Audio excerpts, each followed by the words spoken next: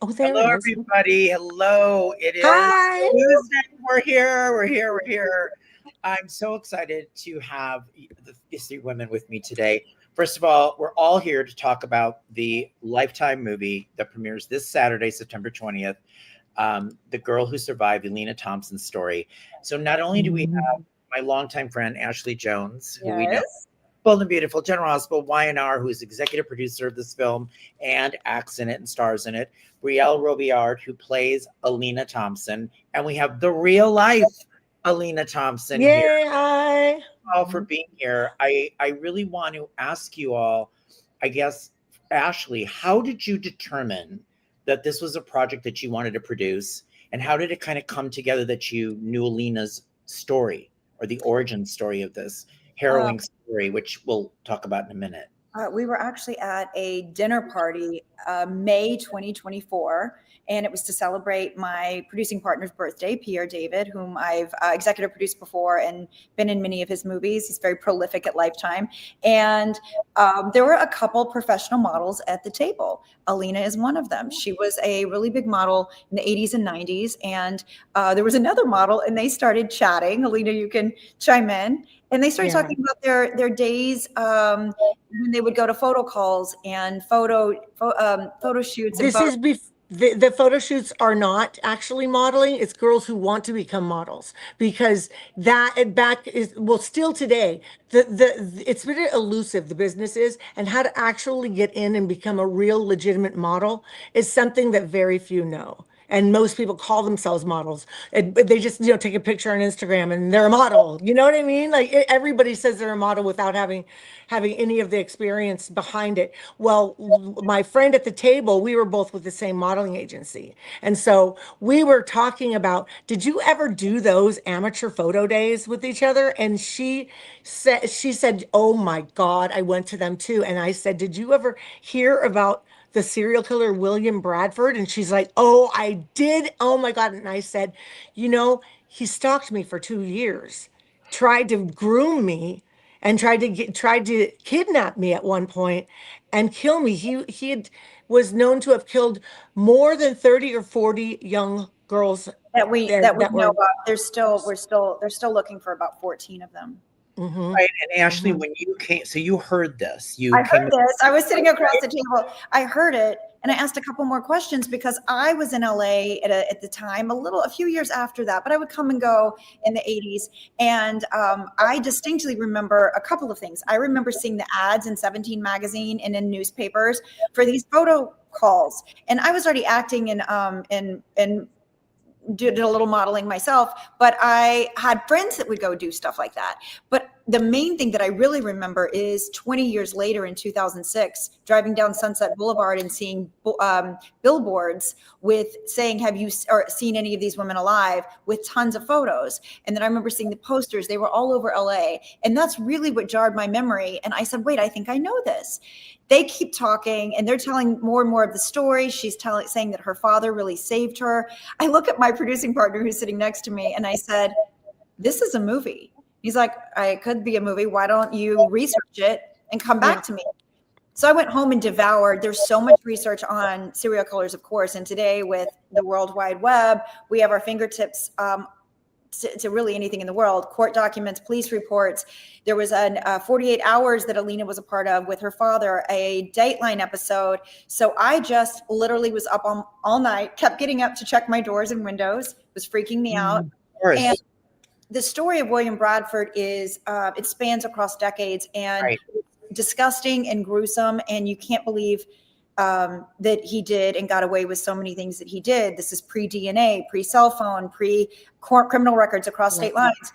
But I kind of put all of this together, and my producing partner, and talking to Alina, we came up with a concept and took it, and it all happened very, very quickly. Actually, we got a writer that did an immense amount of research herself, talked to Alina. Christine Conrad did a beautiful job on the script, and we got. I was in Italy with Catherine Kelly Lang at a park when we were doing our gallivanting around Italy last summer, and we had to stop, and I had to borrow Wi-Fi to do my big meeting and pitch with an executive at Lifetime.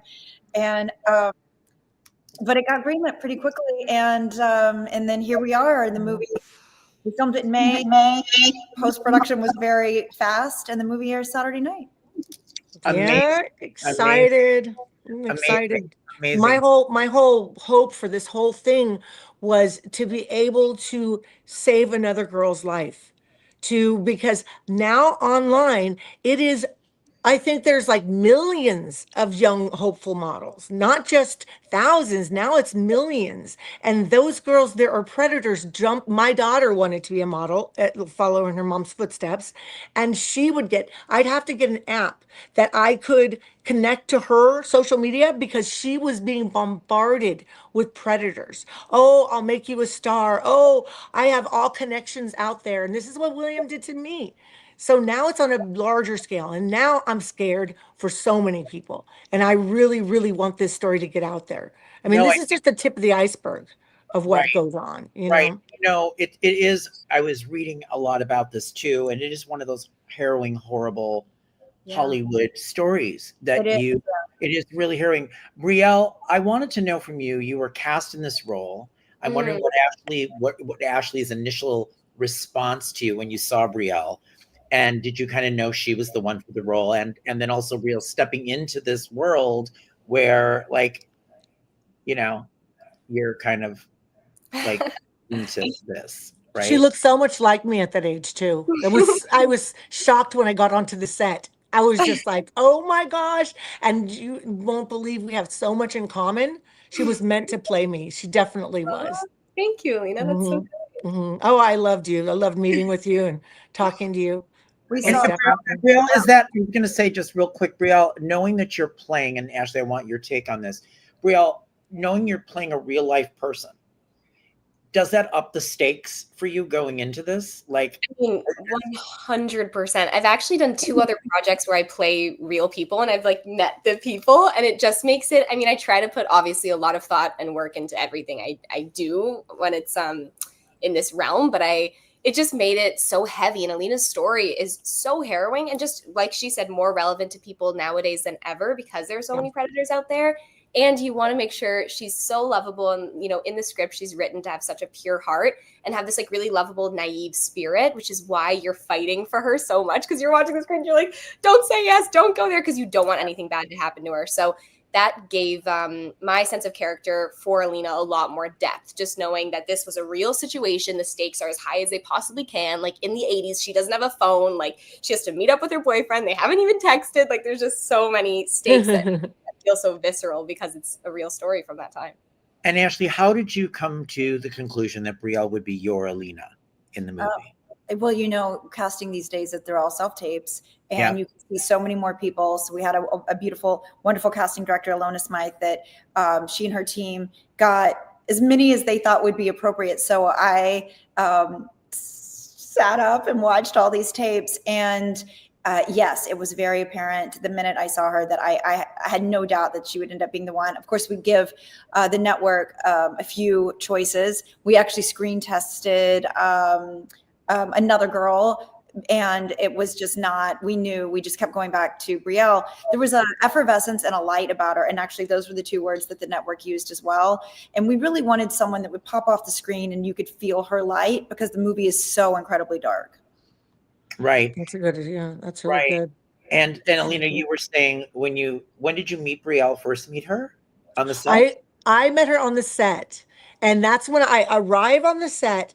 And first of all, I want to tell you, they did a great job of replicating the photo days, because I walked on the set, and these, by the way, these are not professional photo shoots for professional models. We all believed it was, but any guy with $7 at the time and a camera could say they're a professional photographer and take pictures of all of these girls who believe it. So I go on the set, and it freaked me out. I was literally thrown back in time.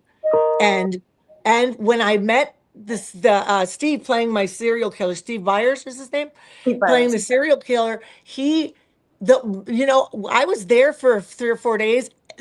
He was scaring me, which was great. It was great because he's a really great guy, but he got so into character that I was being pulled back in time. One of You the know? wonderful things about this, and I'm so looking forward to, is all of us True Blood fans. Yeah. You know, we love Sam Trammell, and you were shapeshifters on True Blood, and now I saw an interview with you. Was it today at KTL? You were just. It was last week, but so much happened in our world last week. I posted today. Yes, I saw it. That was good idea. What was it like getting Sam? I guess you asked Sam to be in it. I did. The network, you know, for these lead roles, Brielle was a little different because it was a very young girl, and so we were going out to looking at a lot of tapes. But for the dad and for the serial killer, there were lists that come from the network, and Sam was, of course, the top of the list. And I was like, oh, well, that might be a phone call I could make. And Hi, Dad. Yes. And I did. I texted him and said, hey, give a couple minutes. Anyway, we talked forever, and I was able to convince him to come play with us. And I wasn't sure. He was like, let me think about it. And I was like, oh, just say yes. And he did. And he as Brielle can tell you, he's amazing to work with. And also, I understand in the story, Carl's the father, right? The father. And he's instrumental to saving his daughter, which is right. My dad saved my life in this. Yes, my dad saved me. In real life, and we definitely portray the father-daughters is a very, very strong bond. I'm more I play the mom, and it's a different kind of role. She's a very independent woman, and she doesn't like jump to conclusions. It's not worst case scenario. He's more of the helicopter dad that drives her somewhere, makes sure she has a quarter to call, make sure she's going to be home on time, waits up for her. And I'm more like, she'll be fine. I'm, you know, well, with the photo shoot situation, the thing was so many girls were going there without their parents' knowledge, you know? So when I just was going to go to the photo shoot, and then my parents had found out later that I had went, and, you know, but then they said, not ever again do you go to a place like that without our guidance. We want to know who's shooting you. So my dad went to a covert action and pretended he was a photographer at the photo shoots.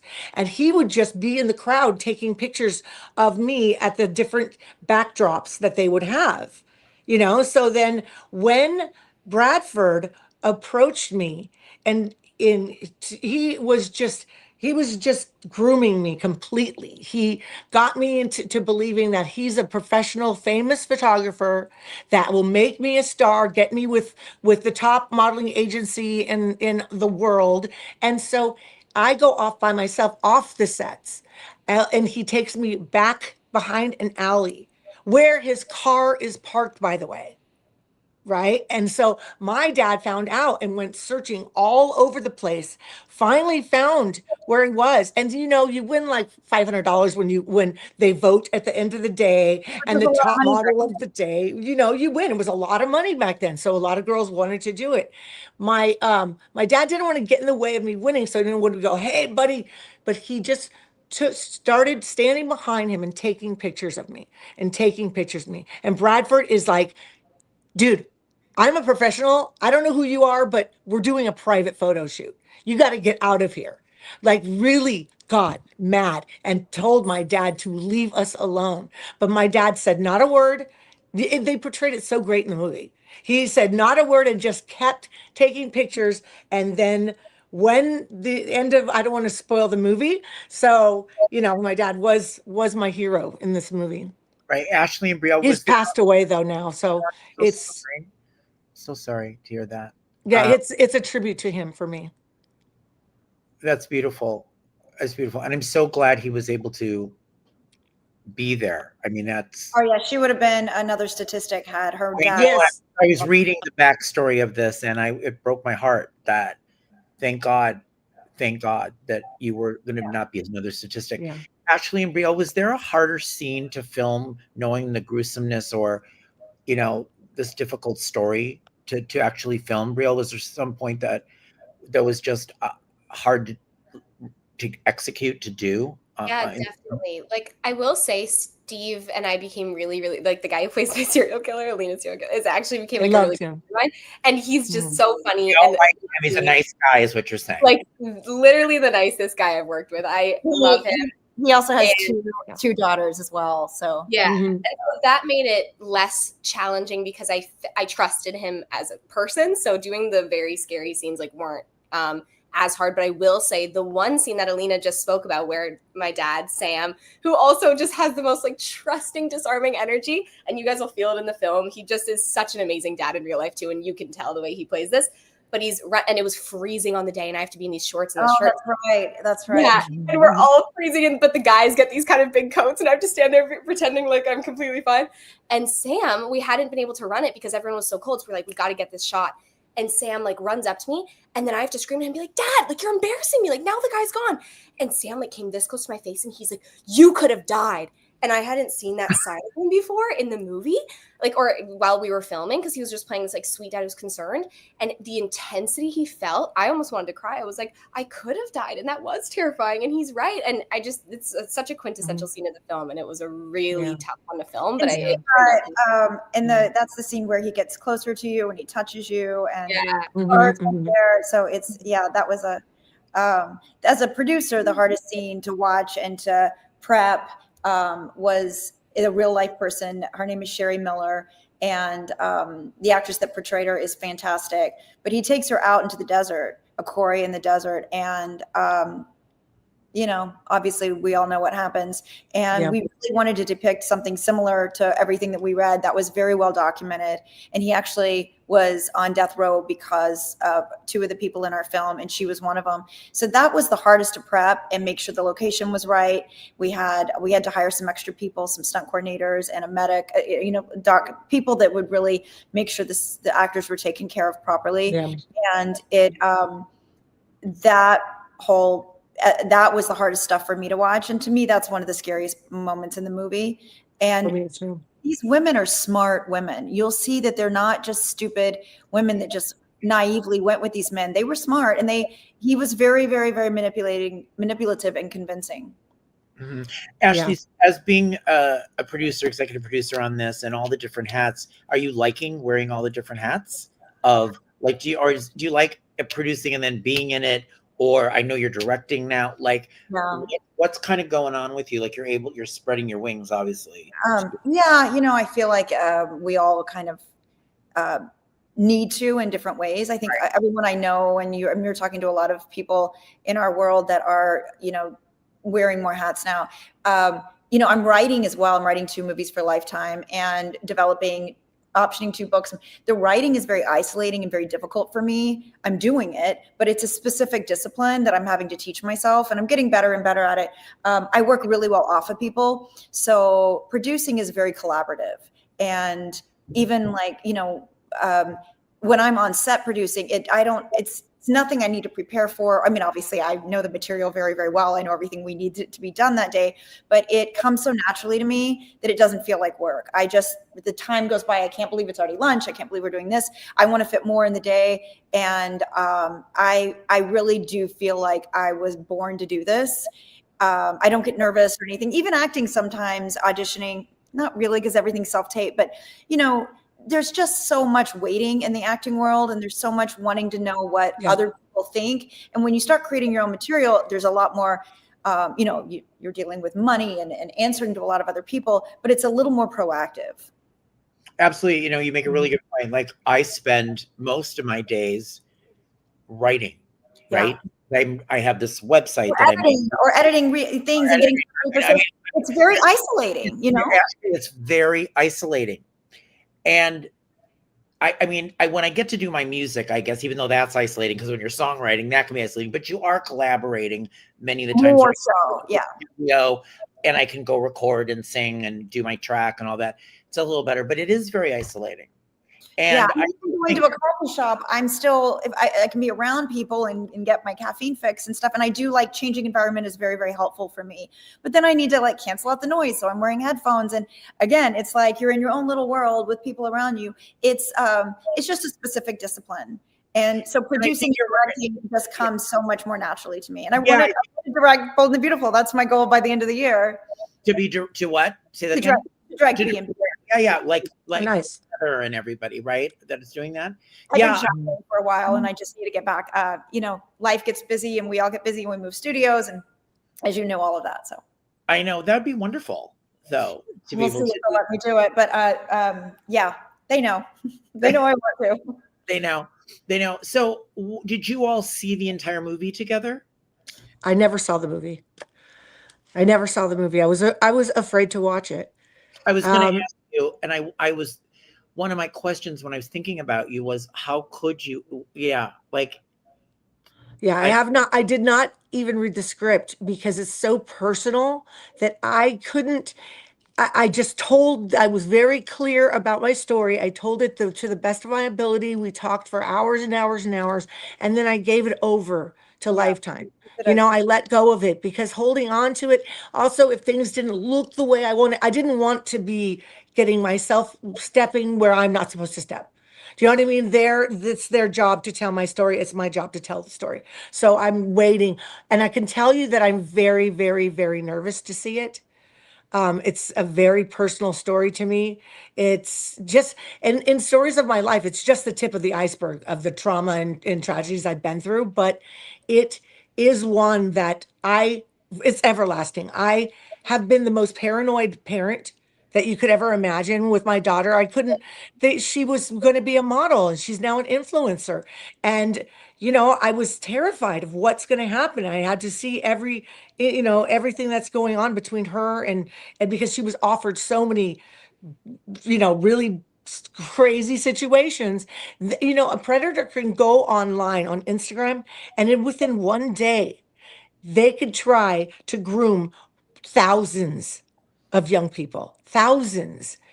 That's much worse than in the 80s when it was just, oh, we get it through a photography magazine that says we can show up here and now these strangers have access to us.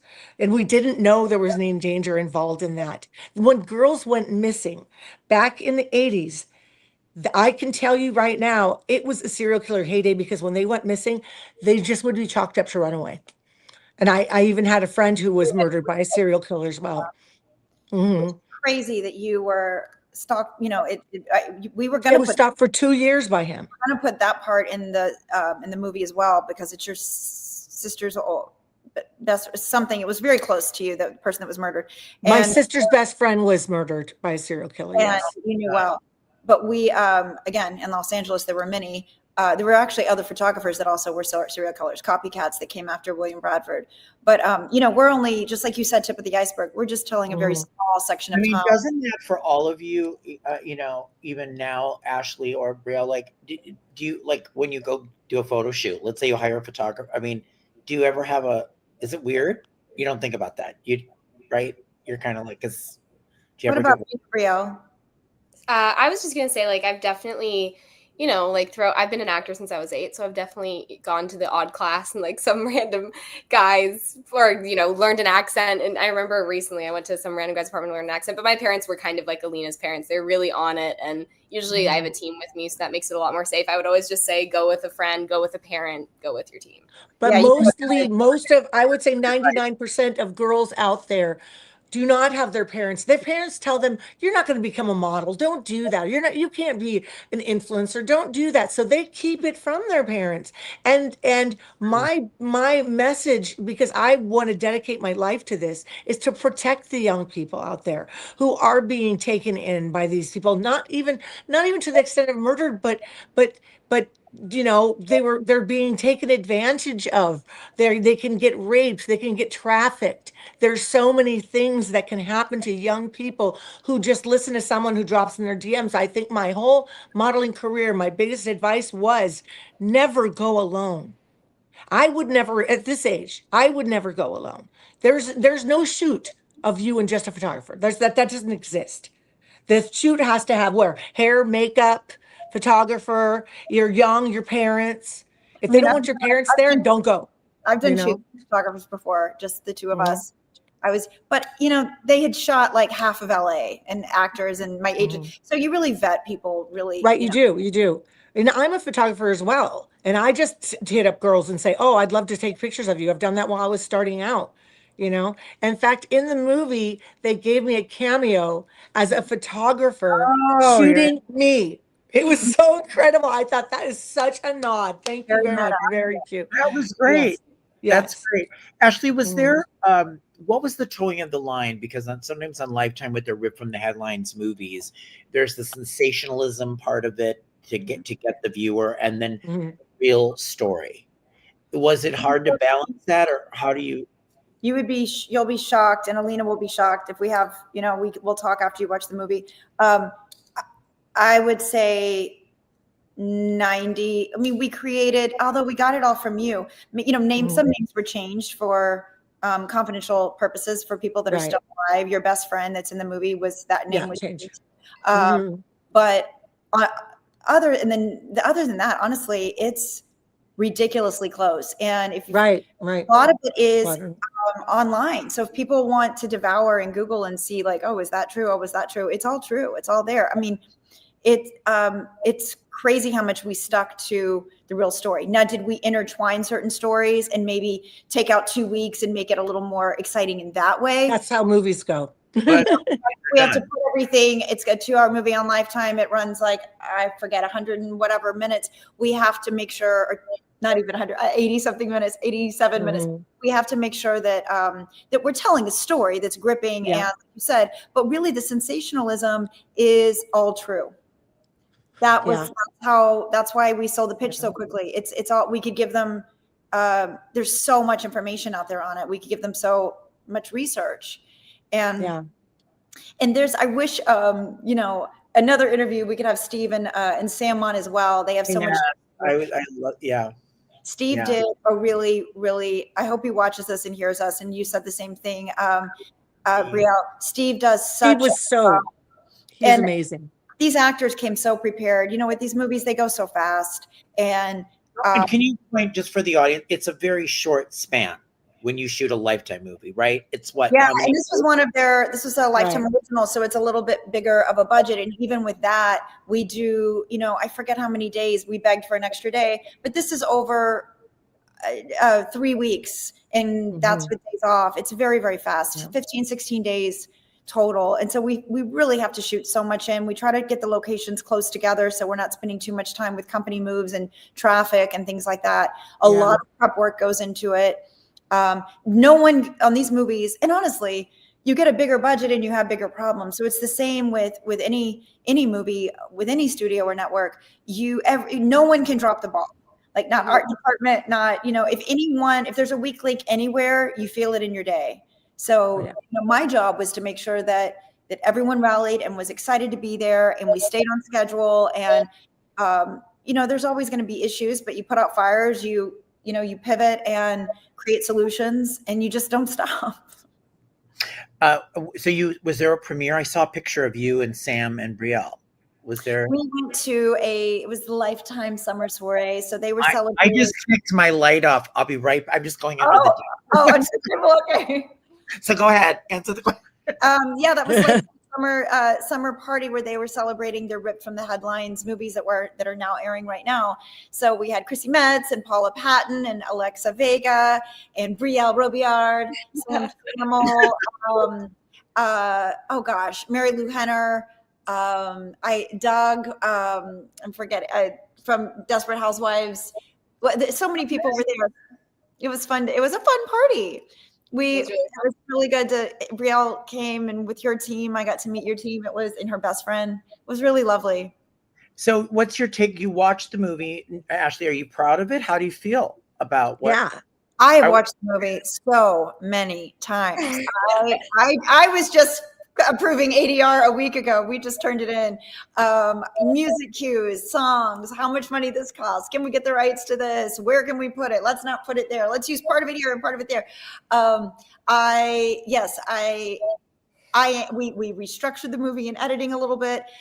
I'm very, very, very proud of it. And I really hope people watch for many reasons. Look, it is entertainment. That's the main reason that people watch these things. It's thrilling.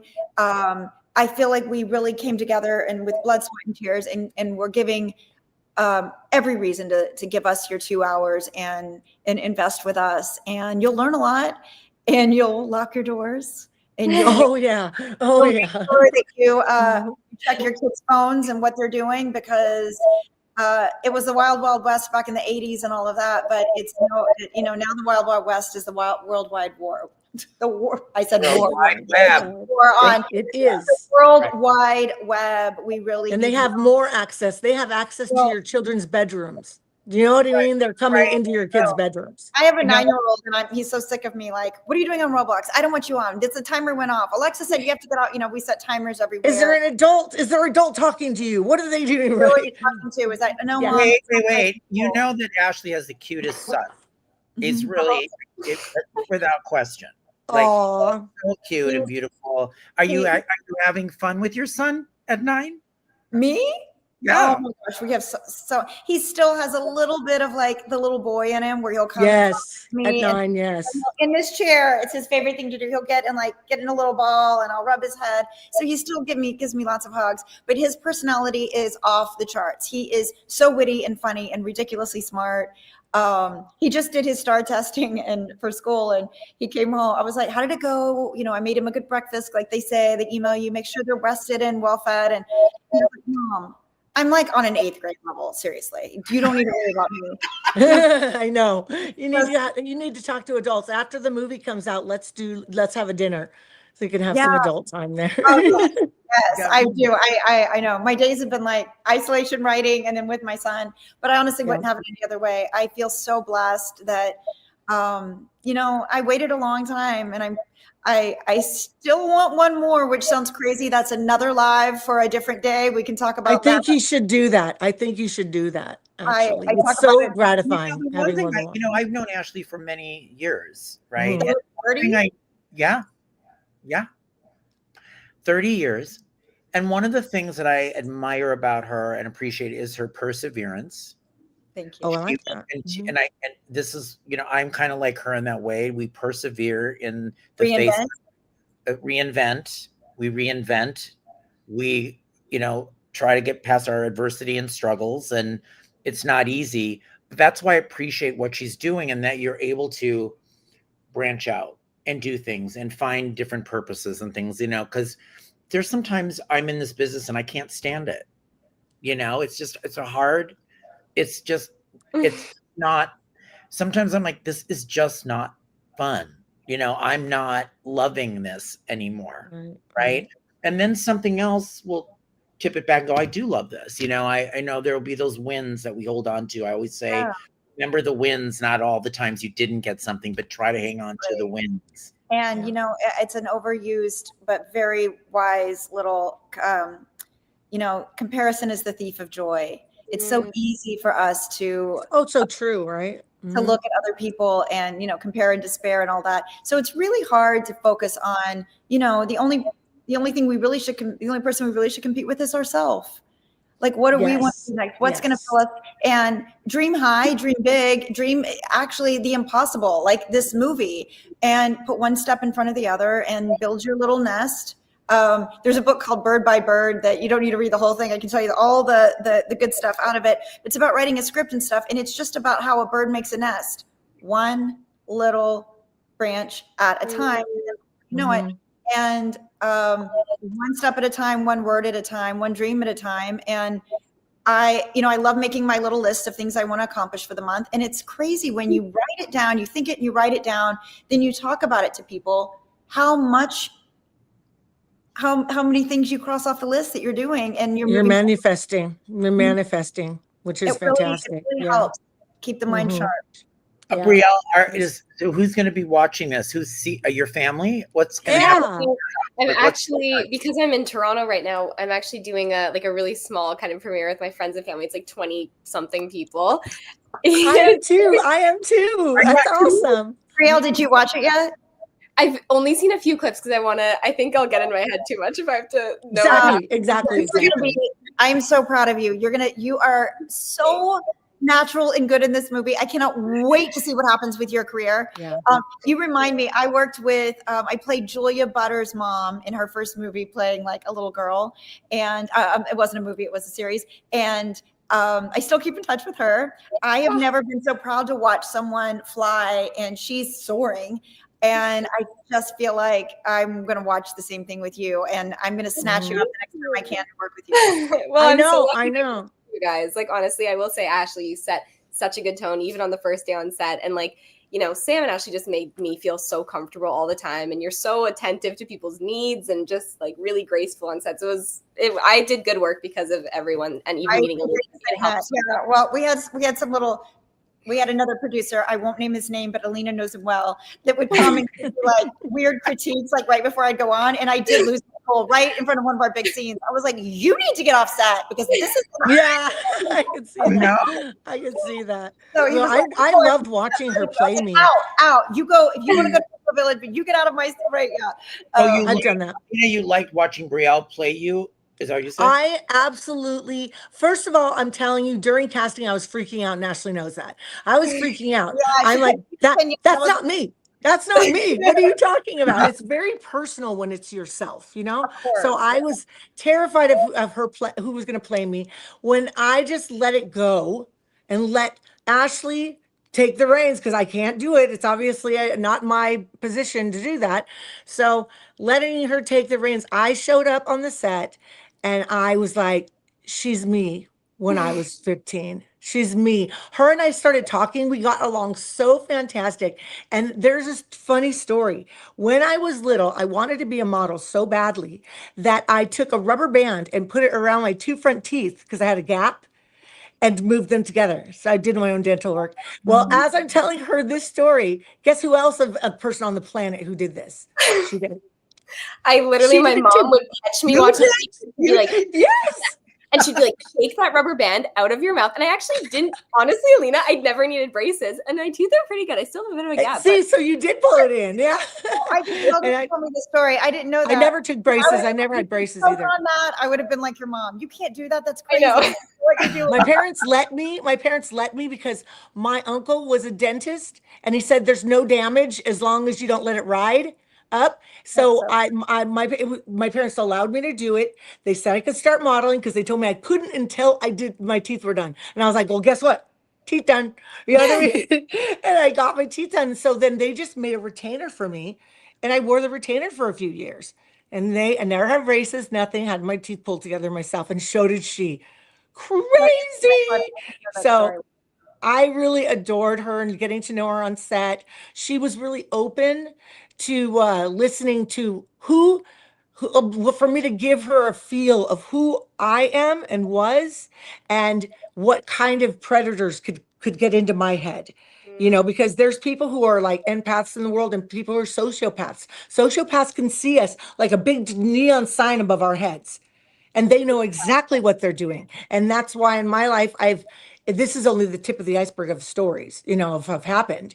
And I want to really help people out there. And she grasped that naivety that some people just have. I mean, it doesn't really go away.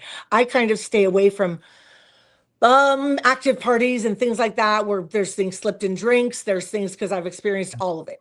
So I kind of keep myself safe because I know who I am. And I know that it's my nature to trust people, you know? So she played that really, really well. And I'm really excited. I can't wait to see you again, Brielle. That would be fantastic. I mean, we know it's so easy to talk to and just really helped us kind of pulse check, I feel like, the whole time, you know, making sure we kept that in mind. So I have one bold and beautiful question for Ashley before we go. And it's very, so, you know, she plays a doctor on TV. She plays Bridget, who I don't know how she became a doctor, which is. I went to Copenhagen and for 9 months and came back a doctor. I am an international fertility specialist. I can do brain surgery and heart surgery on the side. I can remove a bullet very quickly. Thank you. Oh, yeah. Wow. I am one of the best. I love it. I love it. You are so talented. She's so talented. Amazing. You are in this story with Tanner Novlin, and you're like with the thing about, you know, Liam's brain tumor, and you find out that it's all a lie. Right. What did you think of that?